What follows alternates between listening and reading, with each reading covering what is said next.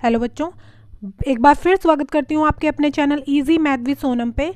और मैं आपको बहुत बड़ी ब्रेकिंग न्यूज़ देने जा रही हूँ। जो 69,000 भर्ती हुई थी ना, उसमें एक बहुत बड़ा उलटफेर सामने आया है कोर्ट के द्वारा।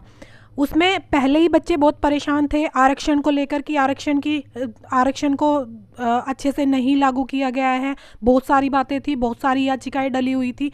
आज कोर्ट ने फाइनली ऑर्डर दे दिया है।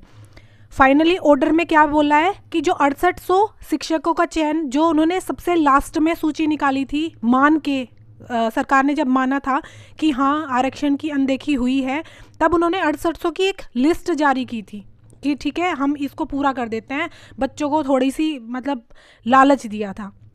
तो कोर्ट ने क्या किया, उसको भी रद्द कर दिया। और जो 69,000 भर्ती का पूरी लिस्ट जो जारी हुई थी, वो बोला है कि दोबारा से इसको रिवाइज करो। और जो जो इसमें खामियां हैं, जो जो इसमें गलतियां आपने की हैं, सरकार को बोला है उनको दोबारा से अच्छे से देख के उसको, जो बच्चे बाहर हो रहे हैं उनको बाहर करो, और जो बच्चे अंदर होने चाहिए थे उनको इस भर्ती में शामिल किया जाए। तो क्या बोला है उन्होंने, कहा है 69,000 शिक्षक भर्ती का मामला हाईकोर्ट ने संशोधित सूची जारी करने के लिए 3 माह की मोहलत दी है सरकार को।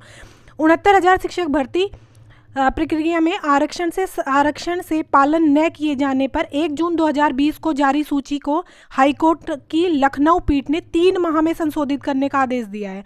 न्यायमूर्ति ओम प्रकाश शुक्ला की एकल पीठ ने 125 याचिकाओं पर अपना आदेश पारित करते हुए भर्ती परीक्षा के क्रम में आरक्षित वर्ग के अतिरिक्त 6800 अभ्यर्थियों की 5 जनवरी 2022 को जारी चयन सूची को भी खारिज कर दिया है। इस सूची को यह कहते हुए चुनौती दी गई थी कि इसे बिना किसी विज्ञापन के जारी किया गया था। याचियों की तरफ से कोर्ट को बताया गया 69,000 शिक्षक भर्ती प्रक्रिया में आरक्षण नियमावली का सही से पालन नहीं किया गया।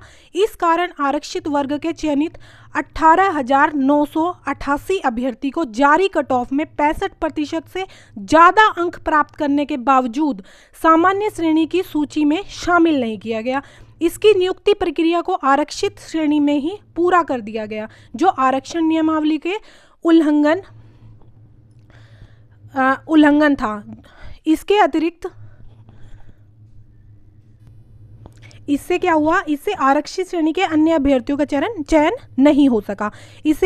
इसी को लेकर दाखिल याचिकाओं में चयन सूची को इस आधार पर चुनौती दी गई थी कि आरक्षित श्रेणी के उन अभ्यर्थियों को भी आरक्षित श्रेणी की जगह दी गई है जिन्होंने अनारक्षित के लिए कट ऑफ मार्क्स प्राप्त किए हैं, जबकि अनारक्षित अभ्यर्थियों की याचिकाओं में कहा गया था कि आरक्षित वर्ग के उन अभ्यर्थियों को गलत तरीके से अनारक्षित वर्ग में रखा गया जिन्होंने टीईटी व सहायक शिक्षक भर्ती परीक्षा में आरक्षण का लाभ ले लिया था।